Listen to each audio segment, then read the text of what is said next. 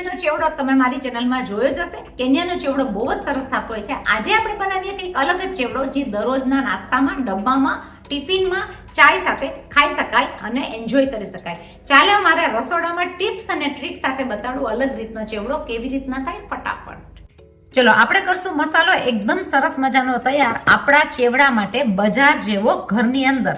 તો હું લઈ લઈશ એની અંદર 1 ચમચી મરચાની ભૂકી, અડધી ચમચી હળદર, અડધી ચમચી જેટલી હિંગ, 1 ચમચી ધાણા, આખા ધાણા, 1 ચમચી જીરું, 1 ચમચી હું લઈ લઈશ વરિયાળી. ખટાશ નાખવા માટે ગળાશ ખટાશનું બેલેન્સ આપણે એકદમ જ સરસ કરશું. તો આપણા મસાલામાંથી આપણે લઈ લઈશું બીજું એક 2 પિંચ ઓફ લીંબુના ફૂલ. લીંબુના ફૂલ ના હોય તો તમે મસાલાને સ્વાદિષ્ટ બનાવવા માટે આમચૂર પણ લઈ શકો. આમચૂર પાવડરનો ભૂકો પણ તમે લ્યો તો ચાલે. આ બધી વસ્તુને આપણે કરી નાખશું ગ્રાઇન્ડ. આપણે એની અંદર લેશું ગળાશ ખટાશના બેલેન્સ માટે ખાંડ પણ ખાંડને આપણે ગ્રાઇન્ડિંગ મશીનમાં નહીં નાખીએ. ખાંડ લેશું આપણે ગ્રાઇન્ડ કરીને છેલ્લે. માપ અનુસાર લઈ લેશું મીઠું. આપણો ગ્રાઇન્ડ કરેલો મસાલો આ રીતના તૈયાર થઈ ગયો છે. એકદમ જ સરસ રીતના ગ્રાઇન્ડ થઈને સુગંધ આવે છે એકદમ સરસ મજાની. સાથે મેં દળીને લઈ લીધી છે ખાંડ 2 ટેબલ સ્પૂન જેટલી. એટલે ગળાશ ખટાશ તીખાશનું બેલેન્સ એકદમ સરસ મજાનું રહે અને ચેવડો થાય બજાર જેવો. તમે જોઈ શકો છો કે આપણે તળવાની તૈયારી એકદમ સરસ રીતના રાખી દીધી છે. મેં લઈ લીધો છે થાલો તળીને બધી વસ્તુ એની અંદર નાખવામાં. આપણું તેલ સરસ મજાનું મીડિયમ તાપ ઉપર થઈ ગયું છે. આપણે એની અંદર લઈ લઈશું આ પ્રમાણે આપણે તળી નાખશું બધા આપણા સિંગદાણા, જેથી કરીને બળી પણ ન જાય અને આપણા સિંગદાણા એકદમ જ સરસ ગોલ્ડન બ્રાઉનમાં થશે. જે બળ્યાનો કે દાજિયાનો સ્વાદ ન આવે એની માટે મીડિયમ તાપ ઉપર આપણે આ સિંગદાણા બધા તળવાના છે. સિંગદાણા તળાતાની સાથે ખુલેલા લાગશે અને એકદમ લાઇટ કલરમાં સરસ મજાના સિંગદાણા તળાઈ જશે. તમે જોઈ શકો છો કે આપણા સિંગદાણા સરસ મજાના તળાઈ ગયા છે, ખુલી પણ ગયા છે અને એનો કલર પણ બદલાઈ ગયો છે. ગરમાટાના હિસાબે સિંગદાણા રહીને પણ એકદમ તૈયાર થઈ જશે. તૈયાર એટલે આપણે એને વધારે પડતા બ્રાઉન નથી કરવાના કે કડવાશ ઉપર એનો સ્વાદ આવે. આ સિંગદાણા એકદમ પરફેક્ટ છે. આપણે કાઢી લેશું થાલાની અંદર.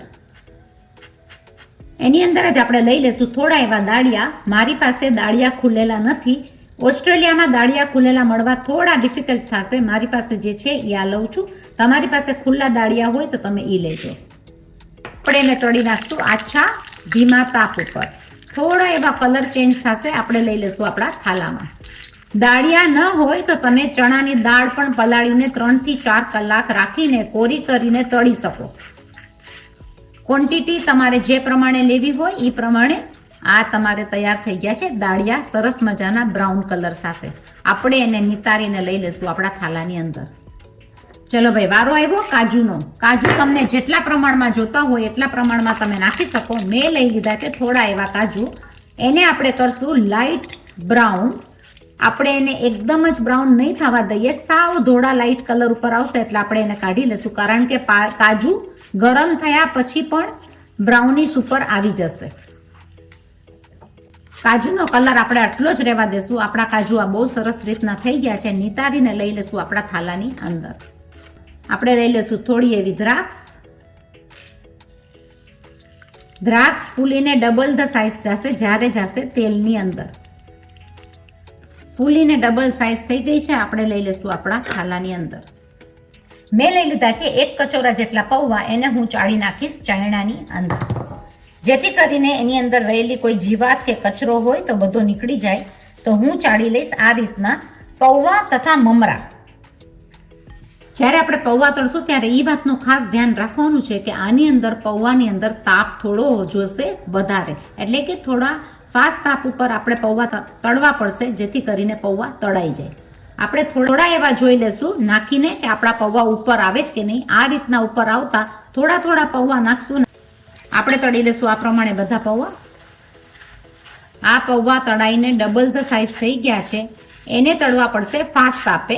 કાજુ દ્રાક્ષને તળવા પડશે મીડિયમ સ્લો તાપે. આપણે લઈ લેશું બધા પૌવા આપણા થાલામાં. આ રીતના આપણે નિતારી લેશું. એમાં જ લઈ લેશું આપણે મરચાના કટકા. મરચાના કટકામાં ખાસ ધ્યાન રાખવાનું છે કે એ જરા પણ ભીના ન રહે, એકદમ કડક અને ક્રિસ્પી થઈ જાય ત્યાં સુધી એને તળવાના છે. ક્રિસ્પી થયેલા મરચાંનો ચેવડો લાંબા સમય સુધી સારો રહેશે. જો થોડો એવો પણ ભીના મરચાં હશે તો ચેવડો લાંબા સમય સુધી નથી રહેતો હોતો. તો આપણે એને થઈ જવા દેશું કડક. સાથે જ લઈ લેશું આપણે લીમડો.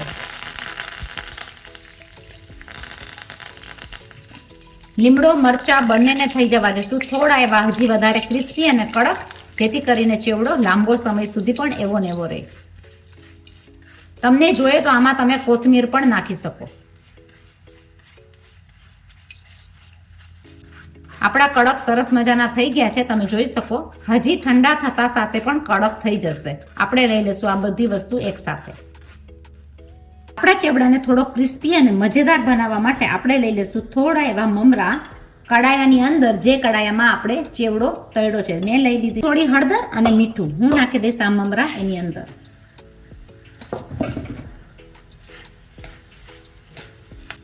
આપણા મમરા સરસ મજાના ક્રિસ્પી થઈ ગયા છે. આપણે એને લઈ લેશું આપણા મિક્સિંગની અંદર.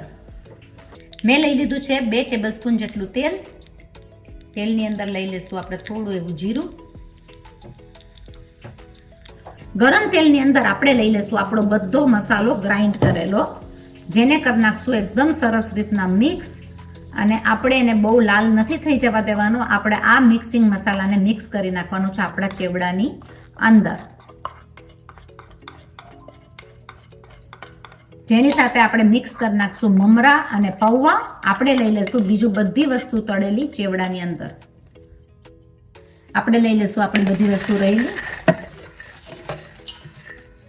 તમે જોઈ શકો આપણા ચેવડાનો કલર એકદમ જ સરસ આવ્યો છે અને બહુ સરસ રીતના મિક્સ થઈ ગયો છે.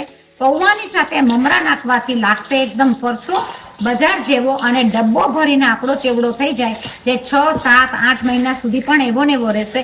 ટિપ્સ અને ટ્રીક છે, મરચાં અને લીમડો એકદમ જ સરસ રીતના તળાઈ ગયા હોવા જોઈએ. બધી વસ્તુ તળાઈને મીડિયમ તાપ ઉપર, ફાસ્ટ તાપ ઉપર કયા લેવાના છે. પૌવાને તમારે તળવા પડશે ફાસ્ટ તાપે. જો પૌવા તમે ધીમા તાપે તળશો તો એ પૌવા બેસી જશે અને ચેવડો આ પ્રમાણેનો ક્રિસ્પી નહીં થાય, જે ક્રિસ્પી એકદમ સરસ મજાનો થયો છે. ચેવડાનો કલર બહુ સરસ આવી ગયો છે. તમે આની અંદર કોથમીર પણ તળીને નાખી શકો, જે બહુ જ સરસ લાગે છે. આપણે અલગ અલગ રેસીપી, નવી નવી રેસીપી ઘણી બધી લઈને આવશું. જોયું કે આપણે કેટલી સહેલી રીતના, સરળ રીતના ચેવડો કરી નાખ્યો. ક્રિસ્પી જુઓ, નાયખા ભેગો, મિક્સિંગ કર્યા ભેગો તમને અવાજ આવે કે એકદમ જ ક્રિસ્પી ચેવડો થયો છે. આપણે એને ભરી નાખશું એર ટાઈટ કન્ટેનરમાં. આ ચેવડો તમારો એકદમ સહેલી રીતના તરત જ થઈ જતો હોય છે ઇન્સ્ટન્ટ ચેવડો કરવામાં, અને જરાય વાર નથી લાગતી. કારણ કે ચેવડો તો આપણે ઘણી રીતના કરીએ, પણ તમે આ ચેવડો જુઓ એકદમ જ સરસ છોકરાઓના ડબ્બામાં ભરવામાં, ચાઈના નાસ્તામાં કોઈ મહેમાન આવ્યું હોય તો થોડામાંથી ઘણો બધો ફાયદો. ચેવડો જરૂર બનાવજો.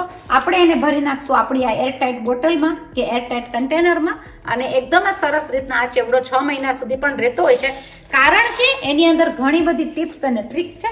આપણે પૌવા કેવી રીતે તળ્યા, આપણે એની અંદર મરચાં અને લીમડો કેવી રીતના કર્યો, એ તમે બધું જોયું. આ ચેવડો જરૂર બનાવજો. સબસ્ક્રાઇબ કરો મારી ચેનલને. જો સબસ્ક્રાઇબ ન કરી હોય, સબસ્ક્રાઇબ કરો, લાઈક કરો, શેર કરો, કોમેન્ટ જરૂર કરો અને બીજા બધાને ફોરવર્ડ કરો. આવા બધા અલગ અલગ નાસ્તા અને વસ્તુઓ બનાવીને, ફરસાણને અલગ વેરાયટી બનાવીને આપણે પાછા જલ્દી આવીએ છીએ. ત્યાં સુધી તમે બનાવો ચેવડો અને કરો મજા, ખાવાની મજા ગરમા ગરમ ચાય સાથે વરસાદની વેધરમાં. ચલો મળ્યા પાછા, બાય.